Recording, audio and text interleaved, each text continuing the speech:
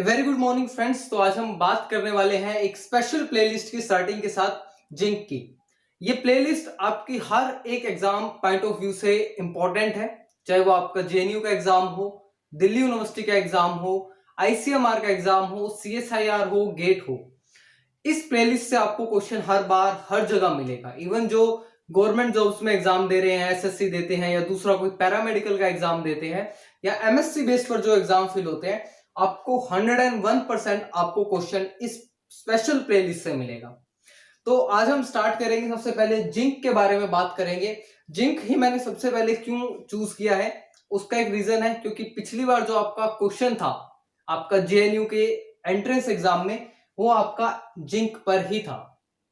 एक क्वेश्चन आपका मोलिब्डेनम पर भी था। जिंक आपका जो जेएनयू का है, मोलिब्डेनम पर भी एक क्वेश्चन था, तो आपको यहां से इंपॉर्टेंट हो जाता है। तो स्पेशल स्टार्ट करते हैं हम प्लेलिस्ट की जिंक से। अब जिंक है, आपको बहुत सारे रोल्स आपने पढ़े होंगे, लेकिन दिक्कत क्या है, हमने सारे रोल्स अलग अलग जगह पर पढ़े हैं।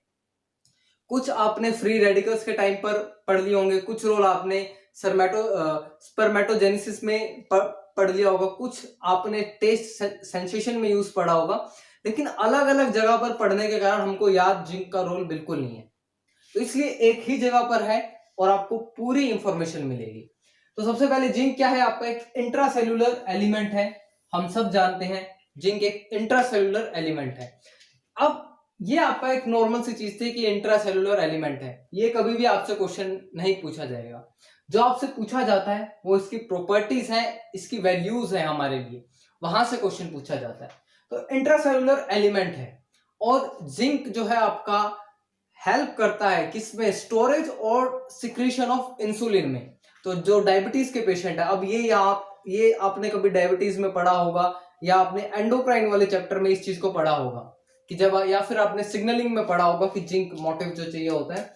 तो storage and secretion of insulin from beta cells of pancreas required zinc, कि इंसुलिन की सिक्रीशन के लिए और स्टोरेज के लिए जो आपके पेनक्रियाज में बीटा सेल है, वहां पर जिंक की रिक्वायरमेंट होती है। सीधा पॉइंट से बात करेंगे, ज्यादा डिटेल में नहीं जाएंगे। तो वहां पर जिंक की रिक्वायरमेंट होती है। नेक्स्ट, प्रोस्टेट ग्लैंड जो है ये आपकी रिच है जिंक में। अब ऐसा क्यों है कि हमारी प्रोस्टेट ग्लैंड जिंक से यानी रिच है, क्योंकि प्रोस्टेट ग्लैंड और जो जिंक है, हमारा जो मेन जिंक है, उसका एक बहुत बड़ा रोल है स्पर्मेटोजेनेसिस में। इसलिए आप कोई भी जो अब आप प्रोडक्ट देखते हैं, चाहे वो आपका रिवाइटल आता है या इस तरह के जो आपके एनर्जेटिक प्रोडक्ट आते हैं, तो उसमें आपको हमेशा ही जिंक मिलेगा। लेकिन एक बात मैं आपको बता दूं, हमें किसी ऐसे प्रोडक्ट की रिक्वायरमेंट नहीं होती है कि हमें जिंक चाहिए, क्योंकि ये बहुत माइक्रो अमाउंट में हमें चाहिए होता है हमारी बॉडी में। तो इसलिए जो ये आपका रिवाइटल आता है या दूसरे प्रोडक्ट्स आते हैं अलग अलग कंपनी के, इसलिए मेल फीमेल में भी आप कई बार देखेंगे Revital for man, Revital for women, ये अलग अलग आते हैं। हॉर्लिक्स वगैरह ये जो आते हैं बोन्स वगैरह के लिए, ये सब अलग आते हैं, क्योंकि कुछ कंसल्टेंट्स फीमेल बॉडी में बहुत माइन्यूट में चाहिए होते हैं, जबकि मेल्स में वही चीज थोड़ा ज्यादा अमाउंट में चाहिए होती है। तो जिंक आपका हेल्प करता है स्पर्मेटोजेनेसिस में। तो ये क्वेश्चन कई बार जो एक क्यूरियोसिटी होती है, तो लोग पूछ लेते हैं कि जिंक कितना लेना चाहिए फॉर इंक्रीजिंग द स्पर्मेटोजेनेसिस। तो ऐसा कुछ नहीं है, ये हमें माइक्रो अमाउंट्स में चाहिए होता है, हमारे जो खाना पीना है उससे ही हमें पूरा मिल जाता है।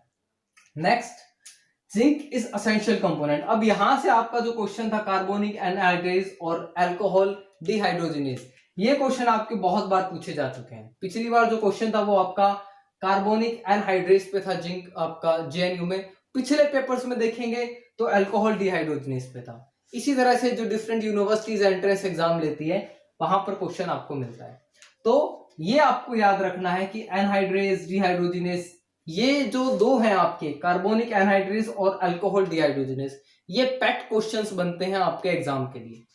तो कार्बोनिक एनहाइड्रेज, अल्कोहल डिहाइड्रोजिनेज, कार्बोक्सीपेप्टेज और आपका पेप्टिडेज और आपका अल्कलाइन फॉस्फेट। अल्कलाइन फॉस्फेटेज आपका एक बहुत इंपॉर्टेंट एंजाइम है, क्योंकि बहुत सारे केसेस में ये आपका एज एन कंफर्मेटिव टेस्ट की तरह यूज होता है। कई बार विटामिन डी की कमी हो जाती है या रीनल रिकेट्स हो जाते हैं, तो वहां पर अल्कलाइन फॉस्फेट का लेवल बढ़ जाता है।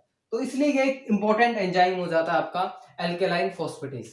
उसके बाद कार्बोक्सिल पेप्टिडेज, और जो कंफ्यूज किया जाता है जब आप ICMR या गेट देते हैं वहां पर आपको 1 मार्क्स या 2 मार्क्स में कंफ्यूज किया जाता है। सुपर ऑक्साइड डिसम्यूटेज, यहाँ पर ये साइटोसोलिक में है। जो साइटोसोल में आपका सुपर ऑक्साइड डिसम्यूटेज है जो आपका SOD से रिप्रेजेंट करते हैं, ये साइटोसोलिक में इसे जिंक चाहिए, लेकिन जब आप इसे माइटोकॉन्ड्रिया में पढ़ेंगे वहां पर इसे कोई और एलिमेंट चाहिए। तो आपको हमेशा ये ध्यान रखना होता है कि क्वेश्चन के आगे इन साइटोसोल लिखा है या फिर इन माइटोकॉन्ड्रिया लिखा है, उसके बेस पर आपका SOD से आंसर डिफाइन होता है। तो यहाँ पर कंफ्यूज करने की कोशिश बहुत जबरदस्त होती है, क्योंकि इतना कोई ध्यान नहीं देता है पढ़ते टाइम की साइटोसोलिक SOD था या आपका माइटोकॉन्ड्रियल SOD था। तो साइटोसोलिक में आपका जिंक होता है और माइटोकॉन्ड्रियल में हम देखेंगे अभी कि कौन सा एलिमेंट होता है, इसलिए यहाँ पर एक बता रहा हूं मैं, दूसरा बताऊंगा तो कंफ्यूज हो जाएंगे।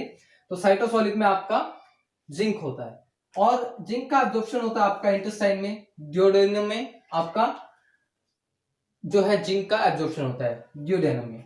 अब टेस्ट की बात करते हैं, जो हमारे टेस्ट बर्ड्स हैं या टेस्ट सेंसेशन हमें होती है, वो आपका एक जिंक प्रोटीन है, यानी जिंक कंटेनिंग प्रोटीन है, गस्टन स्लाइवा में जो हमें मिलता है, उसकी वजह से ही हमें टेस्ट सेंसेशन होती है। अगर ये प्रोटीन जिंक के साथ ना हो या जिंक इसके साथ ना हो तो हमें टेस्ट सेंसेशन नहीं होगा। कई बार हो जाता है कि टेस्ट महसूस ही नहीं होता है, तो वो आपका जिंक की कमी की वजह से भी हो सकता है।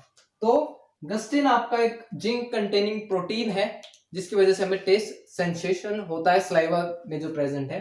नेक्स्ट, जिंक एंटीऑक्सीडेंट है, ये हम देख चुके हैं, सुपर ऑक्साइड डिसम्यूटेज है, फ्री रेडिकल्स को आपको प्रिवेंट करता है, चाहे वो ऑक्सीजन के हों या कोई दूसरे हों, उनसे हमारी बॉडी को प्रिवेंट करता है, कैंसर नहीं होता है, और दूसरी सारी डिजीज हैं जो नहीं होती है, हमें फ्री रेडिकल्स को किल कर देता है। तो एंटीऑक्सीडेंट है। Helps in wound healing, zinc आपका हेल्प करता है वाउंड हीलिंग में, और साथ साथ रिक्वायर्ड फॉर रिडक्शन। ये बात पूछी जा सकती है कि जिंक का एक्शन कैसा है, तो रिड्यूसिंग यानी रिडक्शन के टाइम पर हमें जिंक चाहिए होता है।